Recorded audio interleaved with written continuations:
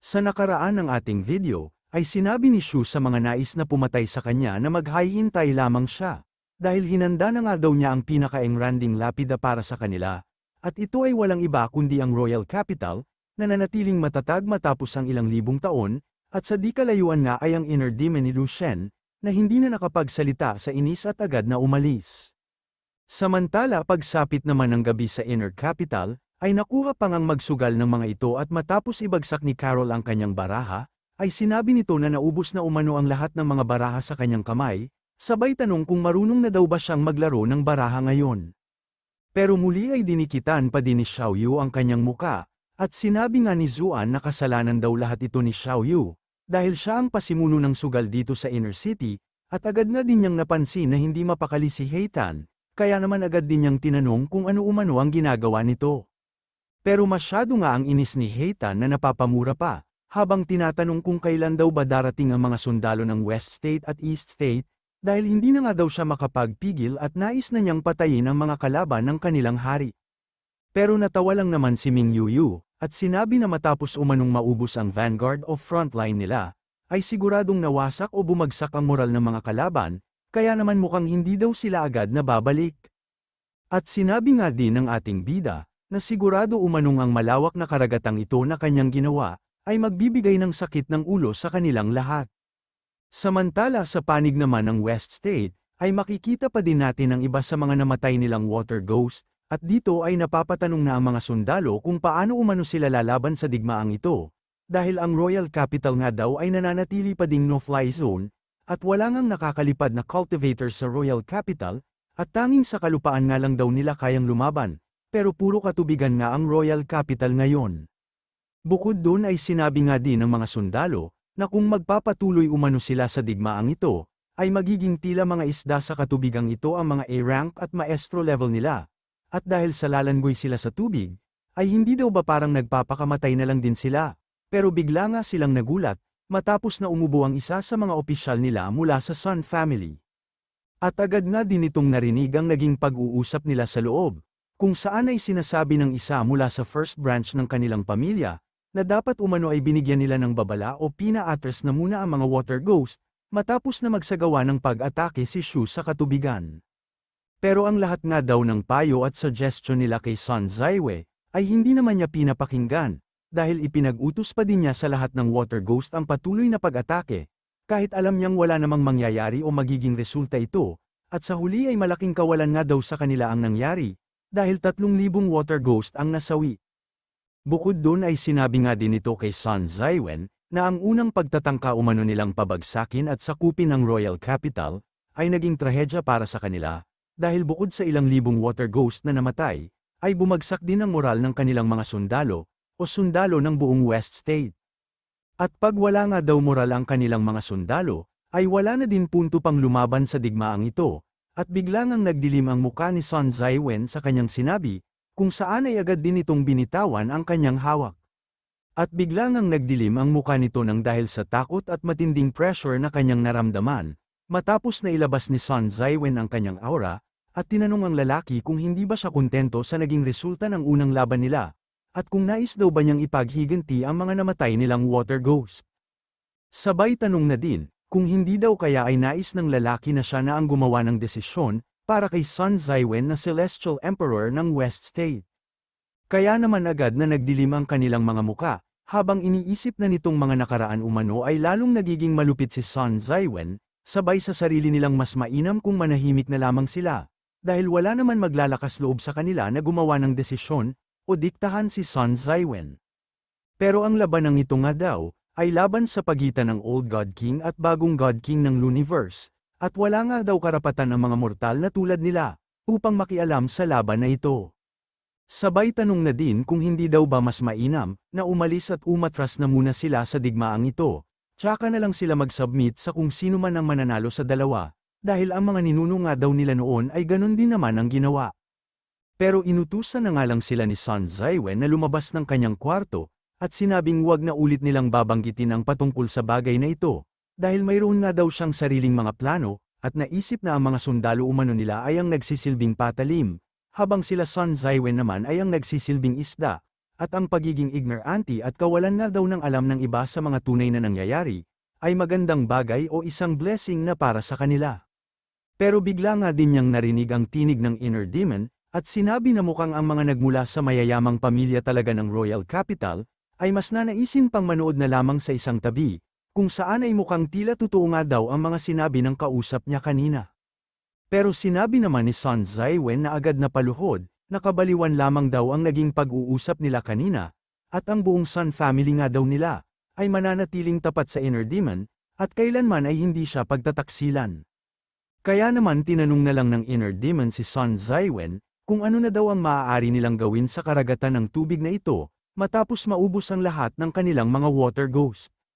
Sinabi nga nito, na matapos umano niyang malaman nung nakaraan na naglagay ng moat si Lu Shu, ay agad siyang nagpadala ng mga tauhan sa itaas o mataas na bahagi ng Hidden Dragon River, o Longmin River upang putulin ang daloy ng tubig patungo ng Royal Capital. At dahil sa wala na daw dumadaloy na tubig patungo ng Royal Capital ngayon, ay kailangan na lang nilang madrain ang tubig nito, at pag nagawa o na-drain nga daw nila ang tubig sa Royal Capital, ay siguradong babaliktad ang kanilang sitwasyon. Sabay sabi na ngayon din ay magpapadala siya ng mga tauhan, upang hanapin ang pinakamababang bahagi ng kalupaan at agad na madrain ang tubig. Agad na nga din niyang tinawag ang kanyang mga tauhan, pero bigla naman siyang pinigilan ng inner demon. At sinabi nga nito na si Yu Fuyao at kanyang mga tauhan na ang bahala, at mas mainam kung manatili at maghintay na lamang siya dito, dahil tiyak na matapos umano ang ilang araw ay magkakaroon na ng magandang balita, kaya naman mas mainam din kung bantayan na lang niya ang kanyang mga tauhan. Bago nga tuluyang maglaho ang inner demon, ay sinabi nito kay Sun Zaiwen na ayaw na niyang marinig pa, ang mga katulad ng narinig niya ngayong gabi, dahil pag naulit nga daw yun, ay alam na niya ang mangyayari sa kanyang Sun family. At dito ay naisip nga ni Sun Zaiwen, na nung tanungin daw siya ng inner demon kung ano na ang gagawin nila, ay sinusubukan lamang siya ng inner demon. At kahit isa na nga daw siyang Celestial Emperor ngayon, ay tau-tauhan pa din ang tingin sa kanya ng inner demon, at hindi nga daw siya hinahayaan na malaman ang mga plano ng inner demon, kung saan ay wala din siyang alam, patungkol sa trump card o mga naglilingkod sa ilalim ng inner demon. Sunod ay naisip nga nito, na ang mga lugar umanong may mabababang kalupaan dito sa Luniverse, ay ang North State at South State, pero hindi nga daw niya alam kung alin sa mga lugar na ito ang plano nilang pagdalaan ng tubig mula sa Royal Capital. Bukod doon ay naisip nga din niya, na ang Celestial Emperor umano ng North State ay si Qing Kong, na mahabang panahon nang hindi nakakausap ng sinuman dito sa Luniverse, habang ang Celestial Emperor nga daw ng South State na si Wen Zaipi, ay nauna nang sinabi na si Lu Shu ang kanyang susuportahan. Samantala sa Royal Capital nga sa Inner City, ay pinag-uusapan din nila ang patungkol sa North State at South State, na mayroong pinakamabababang kalupaan umano, pero ang North State nga daw ay teritoryo ni Qing Kong, kaya naman sa tingin ni Liliyang, ay ang South State ang papabahain nila, o sa South State nila papapuntahin ang mga tubig dito sa Royal Capital. At pag nangyari nga daw ang bagay na yun, ay kakailanganing tumawid ni Wen Zaipi at ng kanyang hukbo sa malaking lawa ng tubig, para lamang makarating ng Royal Capital. Bukod doon ay mas mahihirapan na nga din daw silang makarating ng Royal Capital noon, dahil tiyak na magkakaroon na ng malaking labanan pag wala na ang tubig sa Royal Capital. Kaya naman sinabi ni Ming Yuyu sa kanyang hari, na hindi umano nila maaaring payagan ang kanilang mga kalaban na sa South State papuntahin ng tubig, dahil sa mundong ito nga daw ay tanging South State na lamang, ang natitirang kapanalig nila. At sinabi nga din ni Liliyang, na kung hindi umano makakarating ng Royal Capital ang hukbo ng South State, ay siguradong mapapalibutan sila ng kanilang mga kalaban, pero tila walang pakialam nga ang ating bida sa kanilang pinag-uusapan, at patuloy pa din sa pagkain ng chichirya. Kaya naman tinanong ni Ming Yuyu ang kanyang hari, kung hindi daw ba ito nag-aalala matapos ng lahat ng kanyang mga narinig, habang iniisip na ang personalidad umano ng kanilang hari matapos ma-reincarnate, ay masyadong kakaiba sa dating hari na kanilang kilala, pero kailangan na nga daw nilang masanay. Samantala, tinanong naman sila ng ating bida kung ano daw ba ang dapat niyang alalahanin, at kung hindi daw ba dapat na si Wen Zaipi ang mag-alala sa mga bagay na yun, at naisip na nga lang ng mga ito na ang kanilang bagong hari, ay mayroon talagang puso na kasing tigas ng bakal. Habang si Xiao Yu naman, ay iniisip na ang ibig umanong sabihin ni Lu Shu, ay subukin si Wen Zaipi, At dahil sa sinabi nga daw ni Wen Zaipi na maaasahan siyang Celestial Emperor at tagapaglingkod ng hari, ay kailangan daw makita ni Shu kung totoong maaasahan nga daw ba siya. Dahilan upang masabi na lang ni Zhang at Ming Yuyu, na pamilyar umano sa kanila ang ganitong estilo ng hari, habang si Liliang naman, ay naisip na ang totoo daw pala ay hindi pa ganap na pinagkakatiwalaan ng hari si Wen Zaipi, at nais nga daw ng kanilang hari, na patunayan ni Wen Zaipi ang sinasabi niyang katapatan. Bukod doon ay naisip nga din ni Liliang, na 3 na umano sa mga Celestial Emperors ang nagtaksil sa hari, at kahit bago pa nga lang daw na Celestial Emperor si Sun Zaiwen, ay naging alipin naman ito ng inner demon ng labag sa kanyang kalooban, pero sino nga daw bang nakakaalam, kung talaga bang naiiba si Wen Zaipi sa kanilang lahat. At naisip nga din ng dalawa, na hindi umano nila pwedeng ipagkatiwala ang kanilang kapalaran, sa mga taong nagsasabi na tapat sila sa ating bida na wala pa namang kahit anong napapatunayan, pero magmula nga daw ng pangunahan ni Shu ang hukbo ng ilang libong mga sundalo, ay mas lalo siyang nagiging maingat sa paggawa ng desisyon habang tumatagal. Samantala sa South State naman, ay makikita natin ang mga kalalakihang ito na mayroong tahi sa mga bibig, at nagtungo nga sila sa lugar, kung saan ay nakalagay ang harang ng tubig na ginawa ng ating bida, o nilagay nila Shu upang matipon ng tubig sa Royal Capital. At sinabi nga ng lalaking ito na ang lawa umano ng tubig na ito, ay dating nakakonekte sa Dragon River o Longmen River, pero hindi nga daw niya alam kung kailan pa nawasak ang bundok dito, na naging dahilan upang maselyuhan ang pag-agos o daloy ng tubig. Sunod ay ipinag-utos nga niya sa kanyang mga tauhan, na wasakin umano nila ang mga nakaharang na malalaking bato, upang mapakawalan ang tubig na inimbak nila Lushu sa Royal Capital, at magtungo ito sa kalupaan ng South State. Agad ngang nagtungo sa harang ang mga kalalakihang may tahi sa bibig, kung saan ay mabilis din nilang inilabas ang kanilang mga sandata, upang atakihin ang mga malalaking bato na nakaharang sa daloy ng tubig, pero bigla ngang lumabas ang barrier na nagsisilbing proteksyon ng mga batong ito, kaya naman hindi makapaniwala ang isang ito na hindi daw nila mawasak ang mga bato. At masyado nga ang kanilang gulat, matapos makita na walang naging epekto ang pag-atake nila sa barrier ng mga bato, kung saan ay muli din itong nagulat, matapos maramdaman ang presensya ni Wen Zaipi sa kanilang likuran, at kasabay nga ng pag-atake ni Wen Zaipi ay naisip nila na ang presensya na kanilang naramdaman, ay mula sa isang maestro level kaya kailangan na daw nilang tumakas. Pero mukhang huli na nga ang lahat para sa kanila, dahil matapos nang tumama ang pag-atake ni Wen Zaipi sa kanila ay agad na nagkaroon ng pagsabog, na siya ding naging dahilan ng kanilang kamatayan. Pero bigla nga ding nagulat si Wen Zaipi, dahil ang mga inakala niyang patay na ay agad na nagliparan palayo. Kaya naman agad din siyang napapatanong, kung may mga secret treasure daw ba sila, upang magamit sa pagtakas. At mukhang masyado nga daw nilang minamaliit si Wen Zaipi, kung inaakala nilang makakatakas sila, gayon na din kung inaakala daw ba nilang mapipigilan nila ang kanyang mga sundalo, na magtungo sa Royal Capital upang paglingkuran at iligtas ang kanyang hari. Samantala ilang sandali nga lang din ang makalipas, habang mabilis na tumatakas ang mga lalaking may tahi sa bibig, ay biglang naglunsad ng pag-atake si Wen Zaipi, na agad namang tumama sa isa sa mga lalaki. At matapos nga ng pag-atake at pagpatay niya sa isang lalaki, ay napansin niya ang iba pang mga kalalakihan na lumilipad palayo sa lugar, kaya naman biglang nagdilim ang kanyang muka, at agad na din siyang napatanong sa kanyang sarili, kung ang lahat daw ba ng mga ito, ay tauhan ng kanyang kapatid na si Yu Fuyao. At matapos nga niyang atakihin at patayin ang mga lalaking may tahi sa bibig, ay muling nagdilim ang kanyang muka at masyado ang gigil sa kanyang kapatid, na mayroon umanong mga tinatagong sundalo na ang antas ng cultivation, ay Stage 1 at Stage 2. Sunod ay lumipad nga ito, at tinanong ang mga lalaking may tahi sa bibig mula sa East State, kung minamaliit daw ba talaga siya ng mga ito, at kung inaakala nga daw nilang matatakasan nila si Zaipi, ay nagkakamali umano sila dahil sa paglunsad niya ng kanyang pag-atake, ay isa-isang tinamaan ang mga lalaking may tahi sa bibig. At matapos nga silang bumagsak, ay agad ding nagtungo sa kanila si Wen Zaipi, na wala na umanong nararamdamang fluctuation ng superpower sa paligid, kaya sigurado umano siya na ang lahat ng mga pinadala nila dito ay napatay na niya, sabay sabi ding alam daw talaga ni Yu Fuyao, kung paano bibigyan ng pagkakaabalahan si Wen Zaipi. Sunod ay naisip nga nito, na ang plano umano nilang pakawalan at papuntahin sa South State ang tubig, ay napigilan niya ngayon. Pero hindi nga daw ibig sabihin nito na mapipigilan niya ulit ang kanilang pag-atake, Sabay tanong sa kanyang sarili, kung bakit hindi na lang daw niya dalhin sa North State ang sakuna. Naisip nga din niya, na hindi naman daw magiging mahirap para sa kanya na harapin si Sun Zaiwen, na bagong Celestial Emperor pa lamang, at siguradong hindi din naman daw magiging ganun kahirap ang pagharap kay Fuyao, at mas kailangan nga daw nilang mag-ingat sa North State, o sa matandang satanas na si Ching Kung.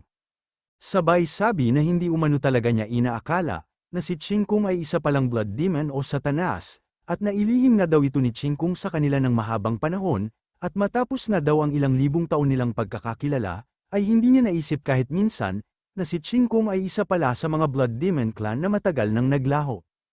Pero sino nga daw ba kasing mag-aakala na isa sa mga blood demon ang pangit na matanda, dahil ayon nga daw sa kasaysayan at pagkakaalam niya, ay sobrang gwapo ng mga blood demon o mga miyembro ng royal family, ng blood demon clan. At ilang sandali nga lang din ang nakalipas, ay napansin niya ang fluctuation ng superpower na mabilis patungo sa kanya, pero agad nga din siyang napalibutan ng mga ito, at matapos siyang mapalibutan ay lumapit din ang isa pa sa kanila na mayroong dalang lampara, kung saan ay agad ding lumabas ang kaluluwa ng inner demon.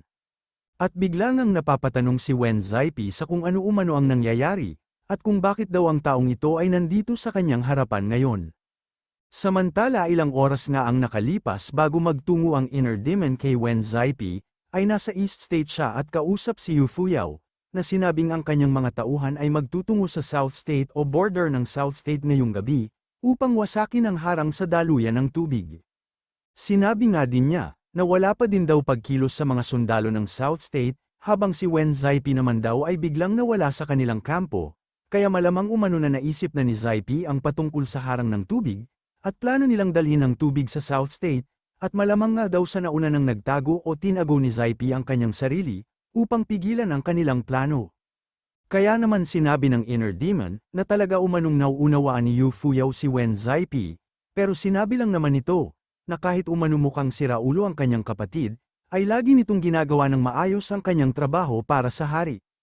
At imbis na magmadali nga daw si Wen Zaipi na magtungo sa Royal Capital, ay minabuti nitong magtago at huwag pagalawin ang kanyang hukbo, dahil nais daw ni Zaipi na maka-earn muna ng achievements bago magtungo sa bagong hari, sabay sabi na nangyari na din daw ito sa nakaraan, at dahil sa alam nilang nag-iingat si Lu Xu ngayon, ay alam din nilang hindi siya basta-basta maniniwala, sa mga magsasabi lamang na tapat sila, at kailangan nga daw ni Xu ng patunay sa kanilang katapatan. Sinabi nga din ni Yu Fuyao, na ang pagbabantay umano ni Wen Zaipi sa moat ng Royal Capital, ay ang paraan ni Wen Zaipi upang ipakita ang katapatan niya sa hari, at tiyak na tahimik nga daw siyang maghihintay sa kanilang mga sundalo. Pero dahil sa tahimik nga daw na naghihintay si Wen Zaipi, upang mapatay ang kanilang mga sundalo at maka-earn ng merit, ay bakit hindi na lang nila samantalahin ang pagkakataong ito, upang maging kaysa din nila si Wen Zaipi sa pag-atake sa Royal Capital. Habang ang inner demon naman, ay sinabi na bigla umanong naglaho si Wen Zaipi at sinabing mag-scout lamang, pero dahil sa naglakas loob nga daw si Wen Zaipi, naiwan ang kanyang mga sundalo at umalis sa kanilang kampo, para lamang magtungo sa kabundukan ng mag-isa, ay wag umano niyang sisisihin ang inner demon, kung magiging malupit siya sa pagkakataong ito. Samantala, naisip naman ni Wen Zaipi na nahulog umano siya sa patibong, at mukhang ang ilang daang kalalakihan nga daw na may tahi sa bibig, ay ginamit lamang nila upang mapapante siya sa lugar na ito.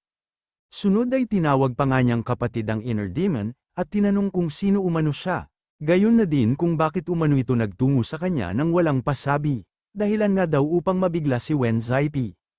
Pero tinanong lang naman ng inner demon, kung nakalimutan na daw ba ni Wen Zaipi ang kanyang panata, na mananatiling tapat sa kanya si Zaipi ng habang panahon, sabay tanong kung bakit umano masyadong malakas ang loob ni Wen Zaipi, upang basta-basta na lang kalimutan ang kanyang sinumpaan. At naisip nga ni Wen Zaipi, na tanging sa dating hari nga lang daw niya sinabi, na magiging tapat siya ng habang panahon, at hindi nga siya makapaniwala na ang nasa harapan umano niya, ay ang kasagutan sa mga bagay na nangyari, 18 taon na ang nakalipas. At bigla nga nitong sinabi na ikaw pala yan, sabay sabi ding naaalala na daw niya ang kanyang sinumpaan. Habang ang inner demon naman, ay sinabing nagtungo daw siya kay Wen Zaipi ngayon dahil sa isang katanungan, at ito nga ay kung papayag bang maging alipin niya si Wen Zaipi, dahil kung hindi nga daw, ay hindi na din natapos ng inner demon ang kanyang sasabihin. Dahil bigla ding sinabi ni Wen Zaipi na pumapayag siyang maging alipin nito, sabay sabi ding umpisahan na umano nila, at hindi nga daw kailangang magpakita ng awa ng inner demon sa kanya, kahit pa isa siyang maselan at mabangong bulaklak, dahilan naman upang agad itong magtaka, dahil hindi nga niya nauunawaan ang sinabi ni Wen Zaipi.